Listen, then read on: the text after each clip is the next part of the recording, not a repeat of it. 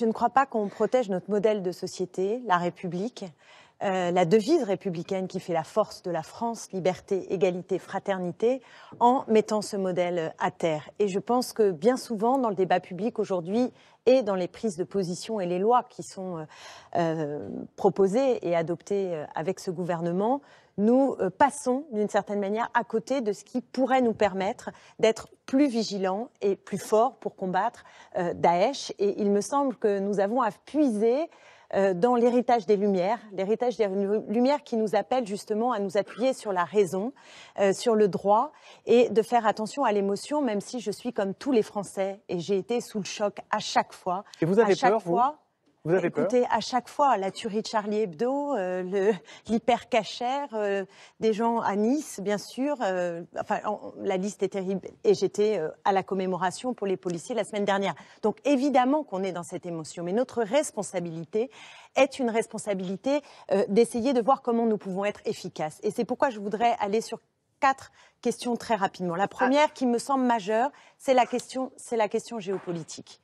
La question, et vous l'évoquiez, ce qui se passe aujourd'hui en Syrie, je veux dire, on peut fouiller tous les sacs dans les manifestations, on peut perquisitionner des militants écologistes, je vous assure, c'est rien en comparaison de ce qui se passe aujourd'hui en Syrie. Donc première question, pourquoi est-ce que la France et l'Union européenne continuent de considérer nos alliés kurdes, leurs organisations, comme des organisations terroristes? Et je crois là qu'il y a eu ces derniers temps vraiment un problème dans les relations avec la Turquie au détriment de nos alliés kurdes. Et je pourrais parler de l'OTAN et de l'ONU. Alors sur cette question d'abord, on va faire des questions-réponses. Ça n'est pas le cas. Et nous accompagnons les Kurdes dans la mesure du possible sur le site en Syrie. Nous savons mais on peut ne pas être d'accord. C'est ce que m'a répondu M. Le Drian à 2 reprises, et à une question d'actualité et en commission des affaires étrangères. Pas sur place en Syrie, ça n'est pas le cas. Ce n'est plus là. Oui. Nous savons que les forces démocratiques syriennes, qui sont liées aux Kurdes, aujourd'hui tiennent des prisons, gardent les prisons dans lesquelles vous avez des ressortissants français. Donc nous le savons. Et ce ne sont pas des adversaires, nous ne les considérons pas comme terroristes. Qui plus est, il y a aussi des hommes, pour l'essentiel, qui ont accompagné nos forces sur place. Et dans la mesure du possible, nous veillons aussi à les rapatrier, à les protéger. La deuxième question. À la bonne, je change. Autre sujet qui me paraît très important, c'est que, alors qu'on s'écharpe sur le voile, et vous le regrettiez, et j'en suis ravie, il se trouve que, par exemple, une entreprise française comme Lafarge a donné 13 millions d'euros pour tout simplement pouvoir poursuivre son activité à des organisations djihadistes sur place. Et il me semble que la justice a bien traîné et qu'il n'y a pas eu là de fermeté de la part de l'État. Donc la question que je me pose, c'est où est, en l'occurrence, la vigilance de l'État quand je vois que Lafarge a eu, par exemple, 2 contrats importants pour rénover l'Assemblée nationale ou, là, tout récemment, pour s'occuper du Grand Paris Express. Donc je me demande vraiment où est la fermeté et où est la dirigeante. Tout à l'heure, je disais, il n'appartient pas aux journalistes de dire la justice. Je pense qu'il n'appartient pas aux parlementaires ou aux ministres de dire la justice. Sur Lafarge, il y a une enquête, il y a une instruction judiciaire qui est en cours. Et moi, je n'ai pas vocation à me prononcer et à condamner. Troisième question, Clémentine Autain. Troisième question, je voulais vous parler des familles qui ont été touchées par la radicalisation. Je pense en particulier à l'association Familles Unies, et qui vous ont écrit, qui n'ont aucune réponse. Et je pense que ces familles, pour en connaître en particulier une, qui est la famille de Quentin Roy, dont la maman a écrit un livre tout à fait poignant, où elle explique comment son fils s'est radicalisé, puis est parti en Syrie, et qu'elle n'a trouvé aucune aide à ce moment-là pour essayer d'empêcher l'embrigadement de son enfant. Et que dans le même temps, donc vous n'avez pas répondu à ces lettres, et dans le même temps, il semble que l'Institut des hautes études de la sécurité et de la justice, qui permet justement d'avoir de la connaissance sur ces sujets, doit être fermé en 2020 pour des raisons d'économie. Moi, j'ai le sentiment qu'on passe à côté du travail indispensable, pluridisciplinaire, pour permettre d'aborder dans le détail, dans le concret, dans l'humain, et pour aiguiller l'action publique. Donc ma question, c'est de savoir si, au fond, vous seriez comme Manuel Valls à penser que expliquer, c'est déjà excuser, alors que, encore une fois, pour qu'on ait la raison aux commandes, pour prendre des décisions et pour accompagner au plus près, au lieu de d'être dans un espèce de flicage généralisé et d'essayer de répondre à chaque coup d'émotion par des lois répressives qui mettent à mal notre modèle, est-ce que, enfin, vous pouvez nous dire que vous allez les recevoir et qu'on va se mettre au travail très sérieusement pour affiner notre connaissance sur ces filières, sur l'islamisme radical et sur tous les processus qui amènent à ces actes terroristes? Si vous pensez que le ministère de l'Intérieur, avant moi, et même après moi, ne réfléchit pas sur ces questions, c'est quand même faire insulte aux 250 000 fonctionnaires qui le représentent. Le ministère de l'Intérieur réfléchit à ces questions, mais agit sur ces questions.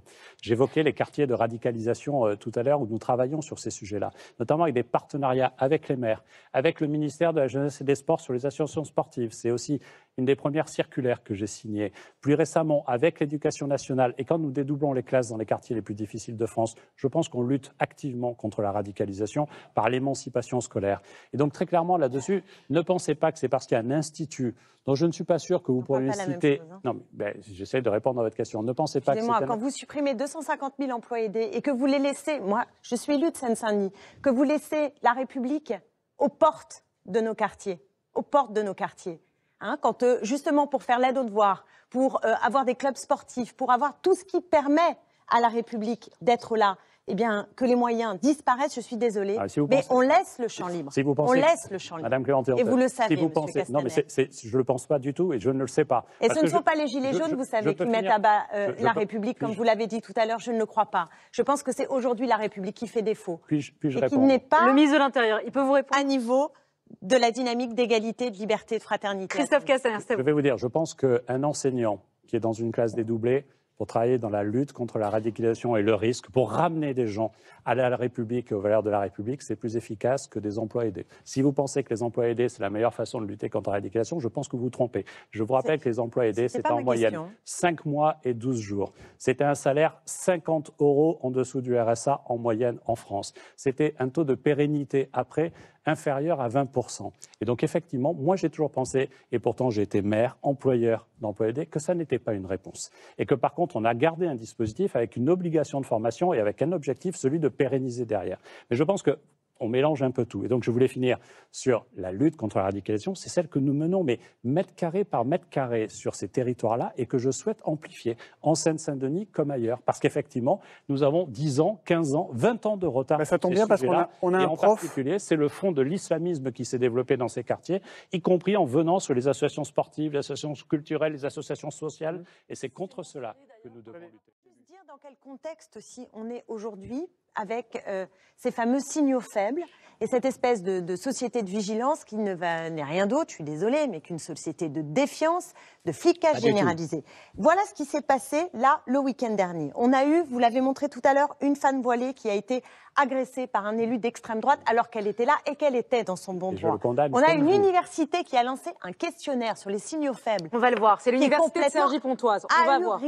Ahurissant. Vous avez même... On va les voir. Non, mais je veux dire, vous intéressez subitement aux questions internationales, hop, un signal faible. Et vous avez même... Non, attendez, on va expliquer aux gens. Pour ceux qui ne savent pas, pour ceux qui n'ont pas suivi ce qui s'est passé à l'université de Cergy-Pontoise, qui, je le précise, a reconnu une maladresse et a retiré. Ils ont envoyé un mail à tout leur personnel pour leur demander de détecter les signaux faibles après l'injonction d'Emmanuel Macron de prôner une société de vigilance, donc de repérer, voilà le mail qui a été envoyé. Si vous voyez qu'une personne s'absente récurrente, fait de l'absentéisme récurrent aux heures de prière, s'il y a l'apparition du port du voile, voilà ce qu'il fallait répondre. Encore, il y en a d'autres, elles vont arriver. Donc, sur le port, attendez, je voudrais qu'on regarde. Ne me choque pas. Vous, ça ne vous choque pas, on arrive. Port de pantalon dont les jambes pour les hommes, dont les jambes s'arrêtent à mi-mollet, les pantalons qui s'arrêtent à mi-mollet. Changement de physionomie, port de la barbe sans moustache. Ensuite, vous allez dire que ça... Attendez, vous allez pas être d'accord. Je voudrais qu'on termine.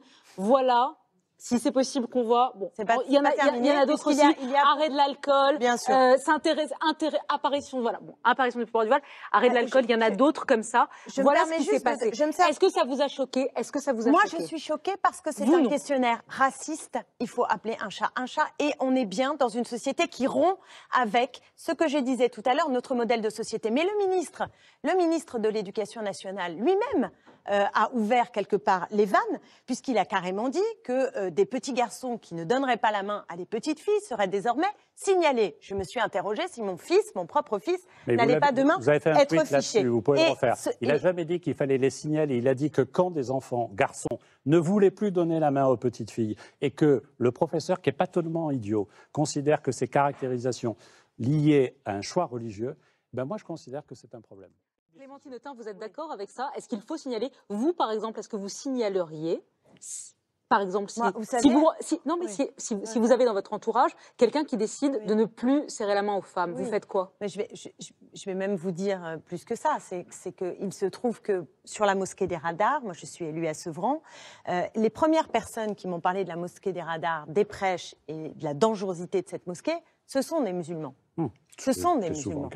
Bon, qui d'ailleurs, il faut le rappeler ici, sont les premiers à être les victimes du terrorisme djihadiste à l'échelle planétaire. Il faut quand même bien l'avoir en tête. Donc faisons très attention. Ce que je veux juste dire, c'est qu'il y a aujourd'hui un climat dans notre pays qui est un climat, le terme islamophobie fait discuter, disons musulmanophobie, ou en tout cas disons d'une forme de racisme, et je pèse les mots, qui aujourd'hui s'exprime contre les musulmans. Et ça, il faut le dire, jusqu'à encore, il n'y a pas si longtemps, quelques heures, un journaliste sur un plateau a osé comparer le foulard à un uniforme de SS. Et ça, c'est quand même le quotidien aujourd'hui que nous vivons. Alors faisons très attention. Je dis faisons très attention parce que je le disais au début, et je le crois profondément, c'est que nous ne gagnerons que si nous arrivons à fédérer l'ensemble du peuple, l'ensemble des Français, autour de nos valeurs, autour de nos principes. Et la laïcité, par exemple, la laïcité, il faut la chérir, mais la chérir dans toutes ses dimensions. Et que des ministres prennent des distances avec ce qui, aujourd'hui, est dans le droit, me semble être un vrai problème. Et que, par ailleurs, les lois adoptées mettent en péril notre modèle d'équilibre entre sûreté et liberté. Ce n'est pas simplement moi qui le dis, Monsieur Castaner. Vous savez que François Sureau, qui est un énarque, un homme d'État, un haut fonctionnaire, qui a même écrit la charte d'En Marche, il le dit. Sans la liberté, il est inquiet et je partage son inquiétude. Je partage son inquiétude parce que nous sommes en train d'être dans un emballement qui met à mal les fondations de notre République, République que nous voulons défendre face au djihadisme et face à l'islam. Parce que vous êtes dans le constat, mais vous êtes aussi une parlementaire. Je peux vous donner encore un exemple. Que fait-on pour lutter contre la radicalisation et pour des personnes dont on voit qu'elles sont fonctionnaires de police? Peut-être David, non, laissez parler David Lisnard. Je crois qu'il a un cas concret. Il a un cas concret, David Lisnard. Je voudrais lui donner un exemple concret sur, par exemple, le renseignement, et je m'arrête là-dessus. Non, mais j'ai dit déjà des exemples concrets pour que nous soyons acteurs de cette lutte. Je prends un autre exemple. Sur les 59 attentats qui ont été déjoués, 60, sur les 6 ans, peut-être 60, 58 l'auraient été grâce à l'intervention humaine. Monsieur Sarkozy a démantelé le renseignement précis. Nous l'avons reconstitué. Pas totalement. Vous avez raison, il reste encore des emplois, mais nous ouvrons 1900 postes dans les services de renseignement pour reconstituer cela. Mais pas la bonne heure, nous avons commencé dès 2017 et vous n'avez voté aucun budget qui permet cela. Non. Alors là, vous n'avez voté aucun budget. On va rediscuter sur les questions budgétaires. On ne vote pas vos budgets, ça c'est clair. Donc, en règle générale. 10 000 postes dans la police, dont 1900. Allez, il faut qu'on donne la parole à Monsieur Lisnard, le maire de Cannes. Je dis juste le choix qui a été fait d'investir dans le numérique, et d'accroître des données, même la société de vigilance. On pourra avoir des tonnes de données. Qui va les traiter? Comment on va faire? Alors qu'on sait que c'est dans le maillage précis du renseignement humain précis que se trouve la clé pour sauver des vies. Clémentine Autain, ça peut être des bonnes réponses, les emplois francs dont parlait Christophe Castaner à l'instant. Vous êtes élu de Seine-Saint-Denis. Oui, justement, déjà, il faut savoir de ce dont on parle, parce que si on parle de ceux qui partent pour le djihad ou ceux qui basculent dans l'islam. Ah non, là on parle de tous les jeunes de France. Non, mais justement, je veux juste dire une chose qui est que faisons attention à ne pas penser que les profils qu'on commence maintenant un peu à connaître, ce ne seraient que des laissés pour compte sur le plan social. Et c'est important de le dire parce que ça veut dire qu'il faut aussi appréhender la dimension spirituelle, enfin je ne sais pas comment on peut dire, mais presque essentielle, vitale, je ne sais quoi, qui a à voir avec l'espérance qui disparaît peut-être dans la société occidentale et avec d'autres choses qui touchent à la spiritualité, pas simplement au social. Ça, c'est un premier élément. Après, qu'il y ait en effet dans un certain repli ou des pratiques qui sont plus rigoristes qu'avant, ce qui n'est pas la même chose que le djihad, faisons attention, hein. Une espèce de miroir par rapport aux défaillances de nos capacités républicaine d'inclure, ça, oui, je crois que c'est vrai. Alors, on ne va pas y arriver avec des emplois francs, et puisqu'on parle de la Seine-Saint-Denis, faut mettre les choses sur la table. Vous avez eu un rapport parlementaire incroyable qui a été remis, et qui montre que l'État donne moins en Seine-Saint-Denis, indépendamment de la situation sociale des habitants de la Seine-Saint-Denis, sur toutes les missions régaliennes, c'est-à-dire l'éducation nationale, c'est-à-dire la sécurité et d'un seul coup, je suis sur les 3 missions régaliennes et je pense au logement et à l'hôpital et la justice. Je vous remercie. Le tribunal de Bobigny, vous verriez le tribunal de Bobigny ou enfin bon, bref. Donc ce sont ces 3 missions régaliennes et que nous n'arrivons pas à obtenir de votre gouvernement pour l'instant, des engagements pour essayer de vous voyez, on ne fait pas la manche en Seine-Saint-Denis. On veut l'égalité. D'ailleurs, c'est pour ça qu'on investit dans 2 commissariats. Et on ne veut pas. Et c'est pour ça que je vais investir pour faire une nouvelle sous-préfecture à Saint-Denis. Vous voyez, on tente de répondre. Le commissariat à Sevran vous attend avec grand plaisir. Une ville de 50 000 habitants. Pas de commissariat de plein exercice. Mais vous savez, j'entendais le maire de Cannes qui parlait d'effectifs. Nous reconstituons des moyens et je suis totalement d'accord avec vous. Le retard en Seine-Saint-Denis des moyens d'État et de services publics, comme dans ces quartiers en général, partout, est inacceptable. Sauf qu'après, on nous dit, regardez, on donne les milliards de l'ANRU et la situation ne va pas. Je finis juste en vous disant qu'il faut des plans d'action sur la Seine-Saint-Denis en particulier, mais que globalement, il faut faire en sorte que les services publics reviennent dans ces quartiers. Et pourquoi aujourd'hui ce sont des associations tenues par les frères musulmans? Parce que tout le monde est parti de ces quartiers et elles sont sur l'action sociale. Traditionnellement, on a un peu de culture, on se souvient du Parti communiste qui était dans ces banlieues-là avec une vie associative qui accompagnait. Ils ont disparu. Je ne fais pas le reproche au Parti communiste, je n'y étais pas. Les communistes n'ont pas disparu complètement dans la vie associative. Attention. Je ne voulais pas provoquer, parce que je dis, moi, j'y étais pas et j'étais au Parti socialiste et jamais on a fait ça. Le Parti communiste s'est construit dans cette dimension d'ancrage territorial. Ils sont globalement partis, et je ne vise pas le Parti communiste, et ce sont les associations des fréristes qui se sont mis sur place. Nous le savons. Et quand nous prenons l'initiative, nous fermons des établissements de commerce. C'est les services publics qui sont partis. Vous ne pouvez pas mettre ça sur le dos du Parti communiste français. Quand même. Oui, moi je suis attachée à la laïcité et justement aux valeurs républicaines. Et c'est pourquoi je n'oppose pas la compassion vis-à-vis des enfants qui sont ceux des policiers qui sont morts et de toutes les victimes des attentats. À ce qui doit nous permettre de faire société, c'est-à-dire de ne pas accepter les amalgames. Aujourd'hui, dans notre pays, il y a à la fois un mouvement islamiste, des dangers du point de vue du djihadisme, mais chez la masse des musulmans, ce qu'on observe, c'est au contraire une très grande sécularisation. Et donc, moi, je crois qu'on passerait à côté de nos principes, de nos valeurs, de ce qui est notre socle, en s'asseyant là-dessus, en essayant d'amalgamer et de dire qu'en gros, une femme voilée va être responsable des actes terroristes de quelques-uns. Et confondre une masse de Français, en l'occurrence, ce sont des musulmans, avec des actes ignobles, absolument ignobles, de quelques individus, à mon avis, c'est faire le lit de l'injustice. Et il me semble que le XXe siècle nous a appris la tragédie de cet engrenage.